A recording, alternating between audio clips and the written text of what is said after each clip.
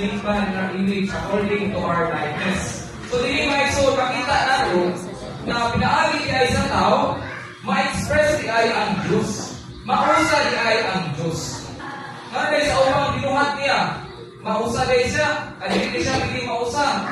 So, mga igsoon, kita di ay ng mga tao, special ta or unique ta sa tanang ibuhat sa Diyos.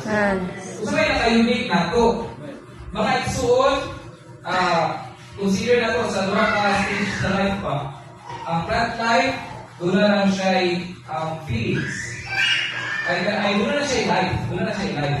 Diba? Ang tanong, sa imong tuban, imong naruton, dili ang sukol.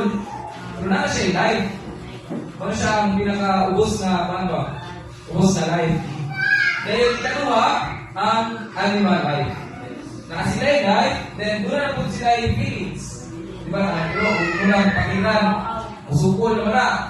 Kaya na naman sila yung paano ba? Pagbati.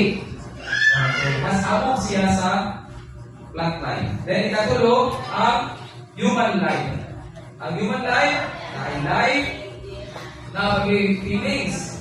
Then napagin siya ay spirit mga igsuon. Para sa man, sa image siya hindi mo din. Ang espiritu, mauni siya ang inahilan man na bahid sa tao na bumuntak sa espirituhanong mga butang or bumuntak sa mga butang sa Diyos.